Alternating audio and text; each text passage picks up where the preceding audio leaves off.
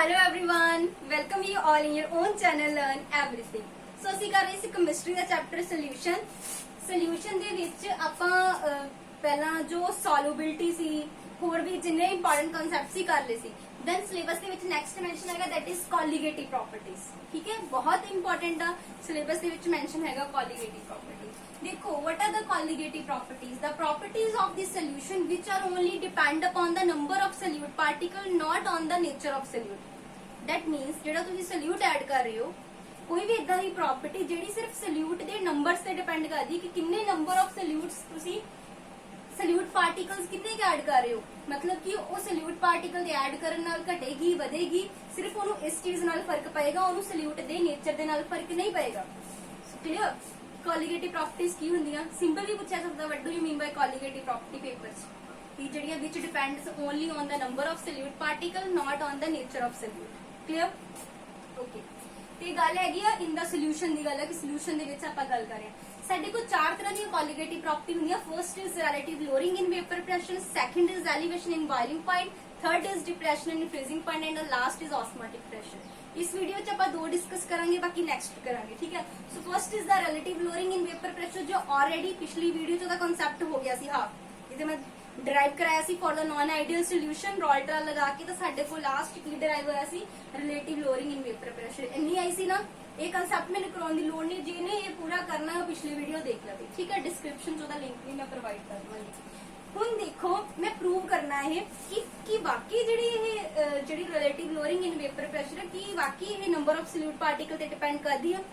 ਵੈਸੇ ਤਾਂ ਨਾ ਜੇ ਤੁਸੀਂ ਧਿਆਨ ਨਾਲ ਦੇਖੋ ਤੁਹਾਨੂੰ ਇੱਥੇ ਹੀ ਪਤਾ ਚੱਲ ਜਾਏਗਾ, ਇੱਥੋਂ ਹੀ ਦੇਖ ਕੇ ਕਿ ਸੋਲਿਊਟ ਆਪਾਂ ਕੀ ਲਿਆ ਸੀਗਾ B ਤੇ ਸੋਲਵੈਂਟ ਨੂੰ ਮੈਂ ਕੀ ਲਿਆ ਸੀ A। ਯਾਦ ਹੋਵੇ ਤੁਹਾਨੂੰ, ਸੋਲਿਊਟ ਮੈਂ ਲਿਆ ਸੀ B, ਸੋਲਵੈਂਟ ਕੀ ਲਿਆ ਸੀ A।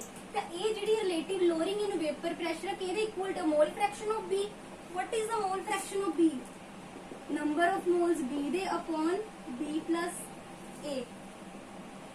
यानी मोल फ्रैक्शन कितने डिपेंड करती है? नंबर ऑफ सॉल्यूट पार्टिकल्स से डिपेंड करती है। मोल फ्रैक्शन की नंबर ऑफ मोल्स कितना कर देंगे? गिवन मास अपॉन मोलर मास। यानी कि ਇਹ ਤੁਹਾਨੂੰ ਇਨਡਾਇਰੈਕਟਲੀ ਕੀ ਦੱਸ ਰਹੀ ਹੈ ਕਿ ਰਿਲੇਟਿਵ ਲੋਅਰਿੰਗ ਕਿਤੇ ਡਿਪੈਂਡ ਕਰਦੀ ਨੰਬਰ ਆਫ ਸੋਲਿਊਟ ਪਾਰਟੀਕਲਸ ਤੇ। ਕਿਉਂ? ਕਿਉਂਕਿ ਜੇ ਮੋਲ ਫ੍ਰੈਕਸ਼ਨ ਇਕੁਅਲ ਹੈ, ਮੋਲ ਫ੍ਰੈਕਸ਼ਨ ਅੱਗੇ ਕਿਤੇ ਡਿਪੈਂਡ ਕਰਦੀ ਆ? Number of moles of solute. करवाया ना मोल फ्रैक्शन का कांसेप्ट सारा। सो इत्थों प्रूव हो जाता कि एक ही एक कोलीगेटिव प्रॉपर्टी जो ਇਹਦਾ ਆਪਾਂ आर्टिकल ਡਰਾਈਵ ਕਰਦੇ ਹਾਂ। ओके, सो दूसरी प्रॉपर्टी ਕਰਨ ਤੋਂ ਪਹਿਲਾਂ ਇੱਕ ਨਿਊਮੈਰੀਕਲ ਦੇਖ ਲਓ ਇਹਦਾ। वेपर प्रेशर क्योंकि ਇਹ ਨਿਊਮੈਰੀਕਲ ਜ਼ਿਆਦਾ ਆ ਜਾਂਦੇ ਆ। Vapour pressure of water at 20 degree Celsius is 17.15 mm। Vapour pressure of water ਦਾ ਨਾ ਕੱਲੇ ਦੀ ਗੱਲ ਕੀਤੀ, दैट मींस ਉਹਦੇ ਪਿਓਰ ਕੰਪੋਨੈਂਟ ਦਾ ਮਿਲਣਾ। ਹੁਣ ਸੋਲਵੈਂਟ ਦਾ ਵਾਟਰ ਤੇ ਯਾਨੀ PA ਨੋਟ ਲਓਗੇ। ਜਦੋਂ ਵੀ ਸੋਲਵੈਂਟ ਲੈਣਾ A ਲਓਗੇ, ਸੋਲਿਊਟ ਹੋਵੇ ਤਾਂ B ਲਓਗੇ। That is 17.5 mm of mercury. ਇਹ ਯੂਨਿਟ ਹੁੰਦੇ ਪ੍ਰੈਸ਼ਰ ਦੀ। And lowering in vapour pressure, ਜੇ ਕਿਸੇ ਨੂੰ ਯਾਦ ਹੋਵੇ ਤਾਂ ਉੱਥੇ ਲੋਅਰਿੰਗ ਆਫ वेपर प्रेशर ਕੀ ਸੀ? ਕਿੰਨੀ ਲੋਅਰ ਕਿੰਨਾ ਹੋ ਗਿਆ? ਉਹ ਕੀ ਸੀਗਾ? PA naught minus PA। PA naught ਕੀ ਸੀਗਾ? ਪਿਛਲੀ ਵੀਡੀਓ ਚ ਆਲਰੇਡੀ ਮੈਂ ਮੈਂਸ਼ਨ ਕਰਵਾਇਆ ਸੀ ਕਿ ਇਹਨੂੰ ਆਪਾਂ ਲੋਅਰਿੰਗ ਇਨ वेपर प्रेशर ਕਹਿੰਦੇ। ਕਿੱਦਾਂ ਸੀ ਉਹ ਵੀ ਦੱਸਿਆ ਸੀ ਕਿ ਇਹ ਤਾਂ ਪਿਓਰ ਕੰਪੋਨੈਂਟ ਦਾ ਆ। ਪਿਓਰ ਕੰਪੋਨੈਂਟ ਦਾ ਜਦੋਂ ਆਪਾਂ ਸੋਲੂਸ਼ਨ ਦੇ ਵਿੱਚ ਐਡ ਕੀਤਾ, ਸੋਲਿਊਟ ਤਾਂ ਨੋਨ ਵੋਲੇਟਾਈਲ ਸੀ, ਨਹੀਂ ਉੱਡ ਸਕਦਾ ਸੀਗਾ। ਇਸ ਲਈ ਸੋਲੂਸ਼ਨ ਦੇ ਵਿੱਚ ਜਿਹੜਾ ਟੋਟਲ ਪ੍ਰੈਸ਼ਰ ਸੀਗਾ ਉਹ ਕਿਹਦੇ ਇਕੁਅਲ ਟੂ ਸੀਗਾ? PA ਦੇ। ਸਿਰਫ A ਕੰਪੋਨੈਂਟ ਤੋਂ ਆਇਆ ਸੀ, B ਤਾਂ ਸੋਲਿਊਟ ਨੋਨ ਵੋਲੇਟਾਈਲ ਸੀ, ਉੱਡ ਨਹੀਂ ਸਕਦਾ ਸੀਗਾ ਨਾ ਉਹ। ਸੋ ਇਸ ਕਰਕੇ ਫਿਰ ਚੇਂਜ ਪਰ ਪਿਓਰ ਚ ਦੱਸਿਆ ਸੀ ਤੁਹਾਨੂੰ ਹਮੇਸ਼ਾ ਯਾਦ ਹੁੰਦਾ ਆ। ਜਦੋਂ ਸੋਲੂਸ਼ਨ ਚ ਐਡ ਕਰ ਦਿੱਤਾ ਫਿਰ ਥੋੜੇ B ਦੇ ਮੋਲੀਕੂਲਸ ਨੂੰ ਰੋਕ ਵੀ ਲੈਂਦੇ, ਇਸ ਲਈ ਉਹ ਪੂਰਾ वेपर नहीं बन पाते, ਇਸ ਲਈ ਉਹਦਾ वेपर प्रेशर ਘਟ ਜਾਂਦਾ। ਸੋ ਚੇਂਜ ਕਿੰਨਾ ਆਇਆ? PA naught minus PA। So this is the lowering in vapour pressure. Next ਉਹਨੇ ਦੇਤੀ लोअरिंग इन वेपर प्रेशर, यानी ਸਾਨੂੰ ਉਹਨੇ ਇਹਦੀ ਵੈਲਿਊ ਦੇਤੀ। ਕਿੰਨੀ ਦੇਤੀ ਆ? 0.061 mm ਆਫ ਮਰਕਰੀ। ਕਲੀਅਰ? ਪਤਾ ਕਰਨ ਨੂੰ ਕੀ ਕਹਿ ਰਿਹਾ? ਕੈਲਕੂਲੇਟ ਦਾ, ਇੱਥੇ ਰਿਲੇਟਿਵ ਲੋਅਰਿੰਗ ਕਰ ਲਿਓ। ਲੋਅਰਿੰਗ ਇਨ वेपर प्रेशर ਇਹ ਪਤਾ ਕਰਨੀ ਆਪਾਂ। ਠੀਕ ਹੈ ਜੀ, ਕੀ ਫਾਰਮੂਲਾ ਆਉਂਦਾ relative lowering in vapour pressure ਦਾ? PA naught minus PA upon ਇਹਦੇ ਰਿਲੇਟਿਵ ਕੱਢਦੇ ਸੀ ਆਪਾਂ। ਇਹ ਵੈਲਿਊ ਤੁਹਾਨੂੰ ਕਿੰਨੀ ਗਿਵਨ ਆ? 0.061 अपॉन 17.5। ਇਹਨੂੰ ਕਰਕੇ ਤੁਹਾਡਾ ਆਨਸਰ ਆ ਜਾਣਾ। ਈਜ਼ੀ ਆ ਨਾ। ਸੋ ਇਦਾਂ ਉਹ ਇਹਦੇ ਵਿੱਚੋਂ ਹੀ ਤੁਹਾਨੂੰ ਨਿਊਮੈਰੀਕਲ ਪਾਏਗਾ। ਬਟ ਉਸ ਤੋਂ ਪਹਿਲਾਂ ਇੱਕ ਚੀਜ਼, ਹੁਣ ਇਹ ਵਾਲਾ ਕਰ ਲਓ। ਇਹਦੇ ਵਿੱਚੋਂ ਹੀ ਉਹ ਤੁਹਾਨੂੰ ਕਈ ਵਾਰੀ ਮੋਲਰ ਮਾਸ ਤੇ ਵੀ ਕੁਐਸਚਨ ਪੁੱਟ ਕਰ ਲੈਂਦਾ। ਉਹ ਦੇਖ ਲਓ, ਉਹਨੂੰ ਚੰਗੀ ਤਰ੍ਹਾਂ ਦੇਖ ਲਓ। ਮੈਂ ਡਰਾਈ ਵੀ ਕਰਵਾ ਦਿੰਨੀ ਆ ਤਾਂ ਕਿ ਤੁਹਾਨੂੰ ਭੁੱਲੇ ਨਾ। ਦੇਖੋ ਮੋਲ ਫ੍ਰੈਕਸ਼ਨ ਕਿਹਦੇ ਇਕੁਅਲ ਟੂ ਹੋਏਗੀ, ਨੰਬਰ ਆਫ ਮੋਲਸ B ਦੇ ਅਪੋਨ ਟੋਟਲ, ਇਹੀ ਹੁੰਦਾ। ਇੰਨੀ ਗੱਲ ਕਲੀਅਰ। ਤੇ ਨੰਬਰ ਆਫ ਮੋਲਸ ਕੀ ਹੁੰਦੇ, ਗਿਵਨ ਮਾਸ ਮੈਂ W ਲੈ ਲੈਣੀ ਆ upon molar mass, given mass upon molar mass, given mass upon molar mass, यही चीज होएगी। ठीक है। आइडियली ਆਪਾਂ ਜਦੋਂ ਡਿਲੂਸ਼ਨ ਕਰਦੇ ਹਾਂ, ਡਿਲੂਸ਼ਨ ਦੇ ਵਿੱਚ ਕੇਸ ਦੇ ਵਿੱਚ ਆਪਾਂ ਕੀ ਕਰਦੇ ਹਾਂ, ਜਿਹੜਾ ਸੋਲਿਊਟ, ਜਦੋਂ ਸੋਲਿਊਟ ਤੇ ਸੋਲਵੈਂਟ ਦੀ ਗੱਲ ਹੁੰਦੀ ਹੈ, ਇਹ ਅਪਰੋਕਸੀਮੇਟ ਜਦੋਂ ਇਕੁਅਲ ਟੂ ਕਿਹਦੇ ਰਹਿ ਜਾਂਦਾ ਆ, ਸੋਲਵੈਂਟ ਦੇ। ठीक है। इन केस ऑफ डिल्यूशन, ठीक है, जो आप करते हैं तो ये जो दोनों का सम आ, जो आप दोनों जोड़ांगे ना, वो अप्रोक्सीमेटली इक्वल किहदे रह जाना, सिर्फ सॉल्वेंट दे रह जाना। वो जो नंबर ऑफ है ना मोल्स जो आप कढ़ते हैं, ये अप्रोक्सीमेटली इक्वल टू किहदे रह जाएंगे, सिर्फ solvent, sorry solvent they. So this term can be replace by this, that means WB upon MB upon WA upon M। सो ਇਹਦੀ वैल्यू यही चीज आ गई साडे कोल इत्थों।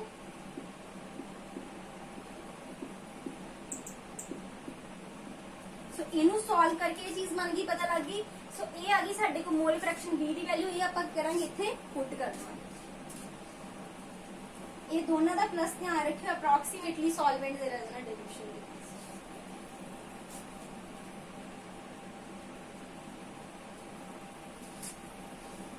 ये वैल्यू तुसी पुट कर दो, साडे को आ जाएगा PA0 minus PA upon PA0 is equals to WB upon MB upon WA upon M। ਤੁਹਾਨੂੰ ਉਹਨੇ ਪੇਪਰ 'ਚ ਮੋਲਰ ਮਾਸ ਪਤਾ ਕਰਨ ਲਈ ਕਹਿਦਾ ਨਾ ਸੋਲਿਊਟ ਦਾ, what is the molar mass of solute A ਜਾਂ weight ਆਫ ਸੋਲਿਊਟ। ਤੁਸੀਂ ਇੱਥੇ ਮੋਲਰ ਮਾਸ ਲਈ ਜੇ ਡਰਾਈਵ ਕਰੋਗੇ, ਇਹ ਚੀਜ਼ ਇੱਧਰ ਚਲ ਜਾਏਗੀ, PA0 minus PA upon PA0, इधर हो गया WA upon MA is equals to की है WB अपॉन MB। ਜੇ ਮੈਂ ਮੋਲਰ ਮਾਸ ਪਤਾ ਕਰਨਾ ਹੋਵੇ, ਇਹ ਚੀਜ਼ ਮੈਂ ਇੱਥੇ ਚੱਕ ਕੇ ਲੈ ਜਾਊਂਗੀ, ਇਹ ਪੂਰੇ ਦਾ ਪੂਰਾ ਕਿੱਥੇ ਆ ਜਾਏਗਾ, ठीक है। क्रॉस मल्टीप्लाई कर लेना, या यही फॉर्मूला इतना याद रखना, इतना याद रख लो, ठीक है। ये चीज इधर चल जाएगी, आप पूरी दी पूरी तुसी ये नीचे चीज लाओगे, दैट इज मोलर मास निकल जाएगा सॉल्यूट का। जेडी भी चीज तुसी करनी हो इस फॉर्मूले तो कर सकते, न्यूमेरिकल जो मोलर मास पूछा है, जो भी पूछा है रिलेटिव लोडिंग के कंपैरिजन, तो तुसी इदा सॉल्व कर सकते हो। क्लियर। नेक्स्ट आप देखते हैं, second is the elevation in boiling point. मैं नैक्सट होर भी वीडियो ਜਿਹੜੇ ਕਰਵਾ ਦਵਾਂਗੀ ਨੂਮੈਰੀਕਲ ਕੁਝ ਹੋਰ ਵੀ ਲਾਸਟ ਦੇ ਵਿੱਚ, ਵੀ ਤੁਹਾਡਾ ਰਿਵੀਜ਼ਨ ਹੋਰ ਹੋ ਜਾਏਗੀ, ਆਪਾਂ ਪ੍ਰੈਕਟਿਸ ਕਰ ਲਾਂਗੇ ਹੋਰ ਨੂਮੈਰੀਕਲਸ ਤੇ। ਤੁਸੀਂ ਬਸ ਕਨਸੈਪਟ ਦੇਖੋ। ਐਲੀਵੇਸ਼ਨ ਇਨ ਬੋਇਲਿੰਗ ਪੁਆਇੰਟ, ਕਿ ਬੋਇਲਿੰਗ ਪੁਆਇੰਟ ਦੇ ਵਿੱਚ ਕਿੱਦਾਂ ਐਲੀਵੇਸ਼ਨ ਹੋਗੀ। ਫॉर एग्जांपल ਮੇਰੇ ਕੋਲ ਜਿਹੜਾ ਵੀ ਸੋਲੂਸ਼ਨ ਆ, ਮੈਂ ਉਹਦੇ ਵਿੱਚ ਨਾਨ ਵੋਲੇਟਾਈਲ ਸੋਲਿਊਟ ਐਡ ਕੀਤਾ।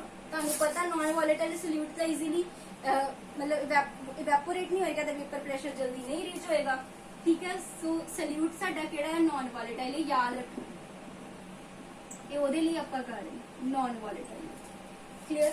हुण मैं तुहानूं एक ग्राफ देखो इत्थे ड्रॉ कर दियां, दिस इज टैंपरेचर, ठीक है। टैंपरेचर इधर मैं ले रही हूं, टैंपरेचर दे मैं कॉरेस्पॉन्डिंग इधर प्रैशर देखना, मैं एटमॉस्फेरिक प्रैशर दे इक्वल आना। क्यों बॉइलिंग पॉइंट हुंदा की आ, when your vapour pressure comes equal to atmospheric pressure. जो वेपर प्रेशर एटमॉस्फेरिक दे प्रेशर दे बराबर रहंदा, उस पॉइंट दी आपां बोलदे हो टैंपरेचर है, that is called boiling point. हुण देखो मैं तुहाडे सामने कर्व ड्रॉ करन लगी आ। फॉर एग्जांपल पहला मैं सिंपल एक सॉल्वेंट की गल करती हूं, ठीक है। हुण आ सॉल्वेंट आ, मान लो प्योर सॉल्वेंट आ, ओदा देखो मैं तुहानूं इदा एग्जांपल लेके दसदी हां। मेरे कोल एक सॉल्वेंट आ प्लस नॉन वॉलेटाइल सॉल्यूट, जिन्हों आपां बी कह दिंदे। ध्यान नाल देखियो, सॉल्वेंट जिहड़ा आ ओदा प्योर दे विच जदों प्योर होएगा उदों जल्दी ओदे वेपर बनणगे, क्योंकि ओदे नाल कोई ऐड नहीं है, वो तो उड़ ही सकदा, यानी ओदा वेपर प्रेशर जल्दी टेंपरेचर ते राइज हो जाएगा, रीच हो जाएगा, मतलब वो जल्दी बॉइल हो जाएगा। यानी इत्थे मान लो इत्थे हैगा TB नॉट, ठीक है जी, TB नॉट। क्लियर। सो इत्थे की होया, ये हैगा एक एटमॉस्फेयर तुहाडा प्रेशर, जिहड़ा तुहाडा सॉल्वेंट आ ਉਹਦਾ ਹੋ ਗਿਆ ਇਹ ਇਸ ਟੈਂਪਰੇਚਰ ਤੇ ਉਹ ਐਟਮੋਸਫੇਰਿਕ ਪ੍ਰੈਸ਼ਰ ਦੇ ਬਰਾਬਰ ਆ ਗਿਆ। ਹੁਣ ਤੁਸੀਂ ਉਹਦੇ ਵਿੱਚ ਨਾਨ ਵੋਲੇਟਾਈਲ ਸੋਲਿਊਟ ਐਡ ਕਰ ਦਿੱਤਾ ਤੇ ਤੁਹਾਡੇ ਕੋਲ ਕੀ ਬਣ ਗਿਆ ਸੋਲਿਊਸ਼ਨ। ਜਦੋਂ ਮੈਂ ਸੋਲਿਊਸ਼ਨ ਹੁਣ ਇਹ ਜਲਦੀ ਇਹਦਾ ਪੇਪਰ ਪ੍ਰੈਸ਼ਰ ਜਲਦੀ ਆਏਗਾ ਕਿ ਲੇਟ?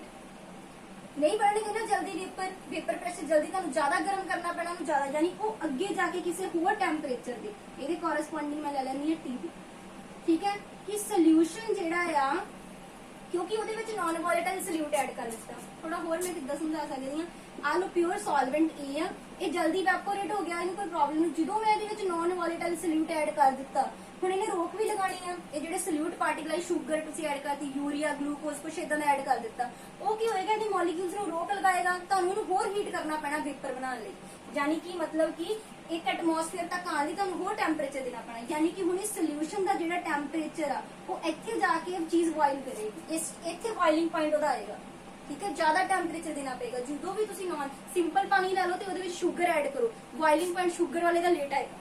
ਠੀਕ ਹੈ, ਮਤਲਬ ਕਿ ਉੱਥੇ ਜਿਹੜੀ ਆ ਐਲੀਵੇਸ਼ਨ ਹੋ ਜਾਂਦੀ, ਐਲੀਵੇਸ਼ਨ ਮਤਲਬ ਵਧਣਾ, ਇਸ ਲਈ ਨਾਮ ਹੈ ਐਲੀਵੇਸ਼ਨ ਇਨ ਬੋਇਲਿੰਗ ਪੁਆਇੰਟ। ਜਦੋਂ ਨਾਨ ਵੋਲੇਟਾਈਲ ਐਡ ਕੀਤਾ ਸੋਲਿਊਟ ਤੁਸੀਂ ਸੋਲਿਊਸ਼ਨ ਦੇ ਵਿੱਚ, ਉਹਦੀ ਐਲੀਵੇਸ਼ਨ ਹੋ ਗਈ, ਬੋਇਲਿੰਗ ਪੁਆਇੰਟ ਵੱਧ ਗਿਆ, ਐਲੀਵੇਟ ਹੋ ਗਿਆ। ਕਿਉਂ ਹੋ ਗਿਆ? ਕਿਉਂਕਿ ਵੇਪਰ ਨਹੀਂ ਜਲਦੀ ਬਣੇ, ਤੁਹਾਨੂੰ ਹੋਰ ਟੈਂਪਰੇਚਰ ਦੇਣਾ ਪਿਆ। ਕਲੀਅਰ, ਸਮਝਦੇ ਨਾ? So this is called elevation in boiling point. ਕਿੰਨਾ ਚੇਂਜ ਆਇਆ ਇੱਥੋਂ ਤੱਕ ਨੂੰ ਲੈ ਲਓ delta TB। So delta TB ਕਿਹਦੇ ਇਕੁਅਲ ਟੂ ਆ ਗਿਆ? TB ਮਾਈਨਸ TB ਨॉट, ਵੱਡੀ ਦੀ ਛੋਟੀ ਘਟਾਈ ਦੀ। So this is the elevation in boiling point. Clear, ਇੰਨੀ ਚੀਜ਼ ਸਮਝ ਆਣੀ ਚਾਹੀਦੀ ਪਹਿਲਾਂ, ਫਿਰ ਹੀ ਇਹ ਵਾਲਾ ਕਨਸੈਪਟ ਸਾਰਾ ਹੋਏਗਾ ਕੋਲੀਗੇਟਿਵ ਪ੍ਰੋਪਰਟੀ ਦਾ। ਨੂਮੈਰੀਕਲ ਆਂਦਾ ਕੋਲੀਗੇਟਿਵ ਪ੍ਰੋਪਰਟੀ ਦੇ ਵਿੱਚੋਂ master paper. So clear, this is the elevation in boiling point. ਹੁਣ ਕੀ ਹੋਇਆ? ਐਕਸਪੈਰੀਮੈਂਟਲੀ ਕੀ ਫਾਈਂਡ ਆਊਟ ਕੀਤਾ ਗਿਆ? ਐਕਸਪੈਰੀਮੈਂਟਲੀ ਇਹ ਦੇਖਿਆ ਗਿਆ ਕਿ ਜਿਹੜੀ elevation in boiling point that is delta TB ਆ, ਉਹ ਡਾਇਰੈਕਟਲੀ ਪ੍ਰੋਪੋਰਸ਼ਨਲ ਟੂ ਆਇਆ ਜਿਹੜੀ ਮੋਲੈਲਿਟੀ ਆ ਸੋਲਿਊਸ਼ਨ ਦੀ। ਮੋਲੈਲਿਟੀ ਪਤਾ ਨਾ, ਮੋਲੈਲਿਟੀ ਆਪਾਂ ਕੀਤੀਆਂ ਕਨਸੈਂਟ੍ਰੇਸ਼ਨ ਨੂੰ ਮਾਪਣ ਦੇ ਯੂਨਿਟ ਜਿਹੜੇ ਹੈਗੇ ਆ। ਮੋਲੈਲਿਟੀ ਕਿੱਦਾਂ ਕੱਢਦੇ? ਨੰਬਰ ਆਫ ਸੋਲਿਊਟ ਪਰ weight ਆਫ, ਮਤਲਬ ਟੋਟਲ weight ਆਫ ਸੋਲਵੈਂਟ ਚੋਂ ਦੇਖ ਲਿਆ ਆਪਾਂ। ਸੋ ਇਹ ਮੋਲੈਲਿਟੀ ਦੇ ਇਕੁਅਲ ਟੂ ਆਇਆ। ਤੁਹਾਨੂੰ ਪਤਾ ਜਦੋਂ ਵੀ ਆਪਾਂ ਪ੍ਰੋਪੋਰਸ਼ਨੈਲਿਟੀ ਹਟਾਉਂਦੇ ਤੇ ਬਰਾਬਰ ਤੇ ਕਾਂਸਟੈਂਟ ਆਉਂਦਾ ਤੇ KB is the elevation constant. ਇਹਨੂੰ ਬੋਲਦੇ ਆਪਾਂ ਮੋਲਰ ਐਲੀਵੇਸ਼ਨ ਕਾਂਸਟੈਂਟ। ਤੇ ਇੱਕ ਗੱਲ ਧਿਆਨ ਰੱਖਿਓ, ਇਹ ਜਿਹੜੇ ਕਾਂਸਟੈਂਟ ਆ ਨਾ, ਕਾਂਸਟੈਂਟ ਦਾ ਮਤਲਬ ਇਹ ਨਹੀਂ ਹੈਗਾ ਕਿ ਇਹ ਹਰ ਇੱਕ ਸੋਲਿਊਟ ਸੋਲਵੈਂਟ ਲਈ ਸੋਲਿਊਸ਼ਨ ਲਈ ਸੇਮ ਰਹੇਗਾ। ਗੱਲ ਸੁਣੋ, ਜਿਹੜਾ ਇਹ ਵਾਲਾ ਕਾਂਸਟੈਂਟ ਆਂਦਾ ਇਹੀ ਵਾਲੇ ਇੱਕ ਪਾਰਟੀਕਲ, ਫॉर एग्जांपल ਬੈਂਜ਼ੀਨ ਲੈ ਲਿਆ ਮੈਂ ਜਾਂ ਮੈਂ ਵਾਟਰ ਲੈ ਲਿਆ, ਉਹ ਵਾਟਰ ਲਈ ਹੀ ਸੇਮ ਰਹੇਗਾ। ਜਦੋਂ ਤੁਹਾਡਾ ਸੋਲਿਊਟ ਜਾਂ ਸੋਲਵੈਂਟ ਚੇਂਜ ਹੋਏਗਾ ਇਹ ਚੇਂਜ ਹੋਏਗਾ। This is for the particular one thing. ਇੱਕ AC ਵਾਲੀ ਰਿਐਕਸ਼ਨ ਦੇ ਵਿੱਚ ਗੱਲ ਕਰਦੇ ਆ, ਮਤਲਬ ਮੈਂ ਅਲੱਗ-ਅਲੱਗ ਟੈਂਪਰੇਚਰਸ ਤੇ ਅਲੱਗ-ਅਲੱਗ ਮੋਲੈਲਿਟੀ ਤੇ ਰੀਡਿੰਗਸ ਲੈਣੀਆਂ ਆ। ਵਾਟਰ ਲਈ ਜਾਂ ਬੈਂਜ਼ੀਨ ਲਈ ਉਹਦੇ ਲਈ ਕਾਂਸਟੈਂਟ ਰਹੇਗਾ ਇੱਕ ਲਈ, ਦ ਬੈਂਜ਼ੀਨ ਦੀਆਂ ਮੈਂ ਅਲੱਗ-ਅਲੱਗ ਤੇ ਲੈਣੀਆਂ ਰੀਡਿੰਗਸ, ਉਹਦੇ ਲਈ ਕਾਂਸਟੈਂਟ ਰਹੇਗਾ ਇਹ। ਬਟ ਜਦੋਂ ਤੁਸੀਂ ਆਪਣਾ ਚੇਂਜ ਕਰੋਗੇ ਸੋਲਿਊਟ ਸੋਲਵੈਂਟ ਇਹ ਚੇਂਜ ਹੋ ਜਾਏਗਾ। ਕਲੀਅਰ? ਮੋਲਰ ਐਲੀਵੇਸ਼ਨ ਕਾਂਸਟੈਂਟ, ਇਹਨੂੰ ਕੀ ਬੋਲਦੇ ਆ ਆਪਾਂ? Molar elevation constant. ਹੁਣ ਦੇਖੋ ਇਹ ਸਾਡੇ ਕੋਲ ਆਇਆ ਡੈਲਟਾ TB KBM। ਮੈਂ ਕੀ ਸ਼ੋ ਕਰਨਾ ਹੈ? ਕੋਲੀਗੇਟਿਵ ਪ੍ਰੋਪਰਟੀ ਹੈ ਕਿ ਨਹੀਂ? ਕਿੱਦਾਂ ਸ਼ੋ ਹੋਏਗਾ? ਮੋਲੈਲਿਟੀ ਦੇ ਇਕੁਅਲ ਟੂ ਆਇਆ। ਮੋਲੈਲਿਟੀ ਹੁੰਦੀ ਕੀ ਆ? Number of moles of solute ਲਿਖ ਲਓ ਇੱਥੇ। ਪਤਾ ਹੀ ਹੈ ਤੁਹਾਨੂੰ ਫਾਰਮੂਲਾ, ਜਿਹਨਾਂ ਨੇ ਪਿਛਲੀਆਂ ਵੀਡੀਓਜ਼ ਦੇਖੀਆਂ, ਅਪਨ weight ਆਫ ਸੋਲਵੈਂਟ। ਠੀਕ ਹੈ, ਮਲਟੀਪਲਾਈ ਬਾय 1000। ਕਲੀਅਰ? ਹੁਣ ਦੇਖੋ ਮੋਲਸ ਆਫ ਸੋਲਿਊਟ ਮੈਂ ਕਿਹਨੂੰ ਲਿਖਦੀ ਹਮੇਸ਼ਾ? B ਨੂੰ।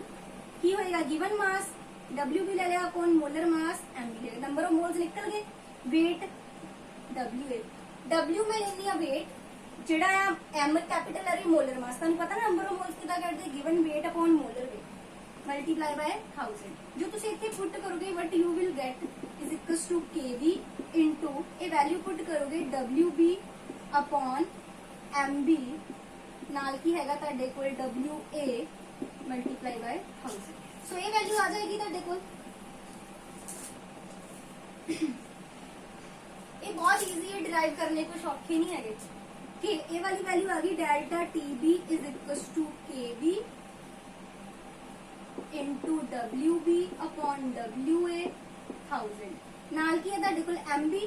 ਜੇ ਮੈਂ MB ਚੱਕ ਕੇ ਇੱਥੇ ਲੈ ਜਾਵਾਂ ਮੋਲਰ ਮਾਸ ਤੇ ਡੈਲਟਾ TB ਇੱਥੇ ਆ ਜਾਏਗਾ। ਦੈਟ ਮੀਨਸ ਤੁਸੀਂ ਇਹ ਤੋਂ ਮੋਲਰ ਮਾਸ ਵੀ ਸੋਲਿਊਟ ਦਾ ਕੱਢ ਸਕਦੇ ਹੋ, ਕੁਝ ਵੀ ਕੱਢ ਸਕਦੇ ਹੋ। ਸੋ ਇਹ ਫਾਰਮੂਲਾ ਇੱਕ ਬੇਸਿਕ ਹੈ, ਇਹਦੇ ਵਿੱਚ ਤੁਸੀਂ ਕੁਝ ਵੀ ਨਿਕਾਲ ਸਕਦੇ ਹੋ। ਅਸੀਂ ਫਿਰ ਨਿਊਮੈਰੀਕਲ ਕਰਨਾ ਜਦ ਤੱਕ ਇਹ ਤੁਸੀਂ ਖੁਦ ਵੀ ਟਰਾਈ ਕਰ ਸਕਦੇ ਹੋ क्योंकि सानू कई बार मोलर मास सल्यूट का कैलकुलेट करना ना इसलिए मैं फॉर्मूला लिखी। देखो the boiling point of benzene is कल्ले बेंजीन का दिता बॉइलिंग पॉइंट केड़ा होएगा नॉट वाला कि सिंपल कल्ले का प्योर दी ਆਪਾਂ हमेशा की लिखदे हां नॉट हुणे करवाया भी मैं डायग्राम दे विच जो कल्ला सॉल्वेंट लिया see the boiling point of benzene is 353.23 kelvin when 1.80 gram of non volatile solute non volatile solute ਦੇ ਕਿੰਨੇ ਗ੍ਰਾਮ ਲੈ नॉन वोलेटाइल सल्यूट ਦਾ weight ਕੀ ਲੈਣੀ ਮੈਂ WB ਠੀਕ ਆ B सल्यूट ਹੁੰਦਾ ਕਿੰਨੇ ਲੈ 1.80 ग्राम dissolve in 90 gram of benzene ਕਿਹਦੇ ਵਿੱਚ ਘੋਲੇ ਗਏ ਬੈਂਜ਼ੀਨ ਸੋ ਬੈਂਜ਼ੀਨ ਕੀ ਹੋ ਗਿਆ ਸੋਲਵੈਂਟ ਇਹ ਲਿਖਾਂਗੇ ਕਿੰਨੇ ਚ ਘੋਲੇ ਗਏ ਆ 90 ग्राम ਦੇ ਵਿੱਚ clear The boiling point is rise to 354.11 K ਕਿੰਨਾ ਰਾਈਜ਼ ਹੋ ਗਿਆ ਉਹਦੇ ਵਿੱਚ ਯਾਨੀ ਕਿ ਜਦੋਂ ਆਪਾਂ ਸੋਲਿਊਟ ਪਰ ਮੈਨੂੰ ਫਾਰਮੂਲਾ ਚਾਹੀਦਾ ਜਦੋਂ ਮੈਂ ਸੋਲਿਊਟ ਐਡ ਕੀਤਾ ਤੇ ਉਹ ਸੋਲੂਸ਼ਨ ਬਣ ਗਿਆ ਤੇ ਹੁਣ ਉਹਦਾ ਬੋਇਲਿੰਗ ਪੁਆਇੰਟ ਕਿੰਨਾ ਰਾਈਜ਼ ਕੀਤਾ ਉਹਨੂੰ ਕੀ ਲਿਖਦੇ ਆਪਾਂ TB ਕੀ ਲਿਖਦੇ TB डायग्राम तो समझ आ गया सी ना कि राइज होके पहला सिंपल कितना सीगा बेंजीन दा इन्ना ਜਦੋਂ ਉਹਦੇ ਵਿੱਚ ਮੈਂ 1.80 ग्राम कोई नॉन वोलेटाइल सॉल्यूट हो गया ਹੁਣ बॉइलिंग पॉइंट राइज कर जाएगा ना ਤੇ ਉਹ ਰਾਈਜ਼ ਕਰਕੇ ਕਿੰਨਾ ਹੋ ਗਿਆ 354.11 K calculate the molar mass of benzene पता की करना molar mass benzene calculate the molar mass of solute solute की है ਤੁਹਾਡਾ B ਹੁਣ ਦੇਖੋ ਮੈਂ ਤੁਹਾਨੂੰ ਦੱਸਿਆ ਨਾ ਡਾਟਾ ਕੱਢ ਕੇ ਲਿਖ ਲੈਣਾ कि ਜਿਹੜਾ ਡਾਟਾ ਤੇ ਜੋ ਚਾਹੀਦਾ ਕਿ ਉਹਨਾਂ 'ਚ ਕੋਈ ਫਾਰਮੂਲਾ ਹੈਗਾ ਨਾ MB ਦਾ KB ਦਿੱਤਾ ਹੁੰਦਾ ਉਹਨਾਂ ਨੇ ਤੁਹਾਨੂੰ ਕਨਸਟੈਂਟ ਦਿੱਤਾ ਹੋਣਾ 2.53 ਮਲਟੀਪਲਾਈ WB ਕਿੰਨਾ 1.80 WA ਕਿੰਨਾ 90 अपॉन मल्टीप्लाई बाय 1000 है डिवाइड बाय डेल्टा TB कितना ਕੱਢੋਗੇ ਉਹਨੇ ਕੀਤਾ ਸੀ TB माइनस TB ਇੱਥੇ ਕੀਤਾ ਸੀਗਾ ਨਾ ਸੋ TB ਕਿੰਨਾ ਤੁਹਾਡੇ ਕੋਲ 354.11 K ਮਾਈਨਸ 353.20 ਇਹ ਕਰਕੇ ਤੁਸੀਂ ਕੈਲਕੂਲੇਸ਼ਨ ਕਰ ਦੇਣੀ ਇਹ ਕਨਸੈਪਟ ਹੈ ਮਤਲਬ ਇਹਦਾ ਕਨਸੈਪਟ ਲੈ ਕੇ ਚੱਲੋਗੇ ਤਾਂ ਆਰਾਮ ਨਾਲ ਨਿਊਮੈਰੀਕਲਸ ਹੋ ਜਾਣੇ ਕੋਈ ਡੀਪ ਪ੍ਰੋਬਲਮ ਨਹੀਂ ਹੈ ਠੀਕ ਹੈ ਜੀ ਸੋ ਉਸ ਕਨਸੈਪਟ ਨੂੰ ਸਮਝਣਾ ਇੱਕ ਵਾਰੀ ਮੈਂ ਤੁਹਾਨੂੰ ਇਹ ਚੀਜ਼ ਕਲੀਅਰ ਕਰਦੀ ਆ ਕਿ ਐਲੀਵੇਸ਼ਨ ਇਨ ਬੋਇਲਿੰਗ ਪੁਆਇੰਟ ਦੀ ਗੱਲ ਕਰ ਰਹੇ ਹਾਂ ਨਾ ਤਾਂ ਉਸ ਗੱਲ ਦਾ ਧਿਆਨ ਰੱਖੋ ਕਿ ਜਦੋਂ ਪਿਓਰ ਆ ਉਹਦੇ ਜਲਦੀ ਵੇਪਰ ਬਣਨਗੇ ਬੋਇਲਿੰਗ ਪੁਆਇੰਟ ਕੀ ਹੈ ਜਦੋਂ ਉਹਦਾ ਵੇਪਰ ਪ੍ਰੈਸ਼ਰ ਐਟਮੋਸਫੀਅਰ ਪ੍ਰੈਸ਼ਰ ਦੇ ਬਰਾਬਰ ਆ ਜਾਏਗਾ ਉਹਦੇ ਵੇਪਰ ਜਲਦੀ ਬਣੇ ਵੇਪਰ ਪ੍ਰੈਸ਼ਰ ਰੀਚ ਹੋ ਗਿਆ ਯਾਨੀ ਥੋੜਾ ਟੈਂਪਰੇਚਰ ਦੇਣਾ ਪਿਆ ਜਦੋਂ ਤੁਸੀਂ ਉਹਦੇ ਵਿੱਚ ਕੋਈ ਨਾਨ ਵੋਲੇਟਾਈਲ ਸੋਲਿਊਟ ਐਡ ਕਰ ਦਿੱਤਾ ਹੁਣ ਉਹਦੇ ਵੇਪਰ ਜਲਦੀ ਨਹੀਂ ਬਣेंगे you have to give the more temperature ਤੁਹਾਨੂੰ ਹੋਰ ਟੈਂਪਰੇਚਰ ਦੇਣਾ ਪਏਗਾ ਯਾਨੀ ਉਹ ਅਗਲੀ ਕਿਤੇ ਟੈਂਪਰੇਚਰ ਦੀ ਰੀਡਿੰਗ ਤੇ ਜਾ ਕੇ ਐਟਮੋਸਫੇਰਿਕ ਪ੍ਰੈਸ਼ਰ ਦੇ ਬਰਾਬਰ ਆਏਗਾ ਤਾਂ ਹੀ ਉੱਥੇ ਜਿਹੜੀ ਆਪਾਂ ਕਰਵ ਕੀਤੀ ਸੀ ਪਹਿਲਾਂ ਜਦੋਂ ਟੈਂਪਰੇਚਰ ਦੇ ਵਿੱਚ ਐਟਮੋਸਫੇਰਿਕ ਪ੍ਰੈਸ਼ਰ ਦੇ ਬਰਾਬਰ ਨਾਲ ਲਈ ਪਹਿਲਾਂ ਇੱਥੇ ਕੀ ਰੀਚ ਹੋ ਗਿਆ ਸੀ ਜਦੋਂ ਸਿੰਪਲ ਸੋਲਵੈਂਟ ਸੀ ਜਦੋਂ ਸੋਲਿਊਟ ਐਡ ਕੀਤਾ ਫਿਰ ਮੈਨੂੰ ਟੈਂਪਰੇਚਰ ਹੋਰ ਦੇਣਾ ਪਿਆ ਫਿਰ ਜਾ ਕੇ ਉਹ ਰਾਈਜ਼ ਹੋਇਆ यानी ये प्योर ਦਾ ਕੇਸ ਸੀ ਇਹਨੇ ਮੈਂ TB ਨੋਟ ਲਿਆ ਸੀ ਜਦੋਂ ਕੋਈ ਐਡ ਕਰਤਾ ਉਹਨੇ ਮੈਂ TB ਲੈ ਲਿਆ ਸੋ ਆਪਾਂ ਵੱਡੀ ਜੋ ਹਮੇਸ਼ਾ ਛੋਟੀ ਕੀ ਆਉਂਦੀ ਇਸ ਲਈ ਡੈਲਟਾ TB ਡੈਲਟਾ ਮਤਲਬ ਚੇਂਜ ਕਿੰਨਾ ਆ ਗਿਆ ਇਹਦੇ ਵਿੱਚ TB ਮਾਈਨਸ TB ਨੋਟ ਸੋ ਇਹ ਚੀਜ਼ ਹੈ ਫੰਡਾਮੈਂਟਲੀ ਜੇ ਪਿਛਲਾ ਤੁਹਾਨੂੰ ਆਂਦਾ ਨਾ ਪਿਛਲੀ ਚੀਜ਼ ਜੋ ਮੈਂ ਤੁਹਾਨੂੰ ਪਿੱਛੇ ਕਨਸੈਪਟ ਹੈ ਵੇਪਰ ਪ੍ਰੈਸ਼ਰ ਦਾ ਠੀਕ ਹੈ ਤਾਂ ਇਹ ਤੁਹਾਨੂੰ ਬੋਇਲਿੰਗ ਪੁਆਇੰਟ ਪਤਾ ਹੋਣਾ ਚਾਹੀਦਾ ਕੀ ਚੀਜ਼ ਆ ਇੱਕ ਵੈਰੀ ਇੰਪੋਰਟੈਂਟ ਗੱਲ ਕਿ elevation in boiling point is a colligative property किथों शो होया मोलैलिटी तो बट याद रखियो boiling point is not a colligative property very important है पूछा जा सकता है कि elevation in boiling point is a colligative property a colligative property है but boiling point is not a colligative property boiling point कल्ला एक कॉलिगेटिव प्रॉपर्टी नहीं होंदा बहुत सारे फैक्टर्स से डिपेंड करदा वो नेचर ऑफ सॉल्यूट ते डिपेंड करदा कॉलिगेटिव प्रॉपर्टीज की है ਜਿਹੜੀਆਂ सिर्फ नंबर ऑफ सॉल्यूट पार्टिकल्स ਤੇ डिपेंड करदा सो ਜਿਹੜਾ बॉइलिंग पॉइंट ਚ ਵਾਧਾ ਹੋ ਰਿਹਾ that is colligative property but not a boiling point is colligative property point note कर लो सो ये वाला कॉन्सेप्ट था देख लेना thanks for watching the video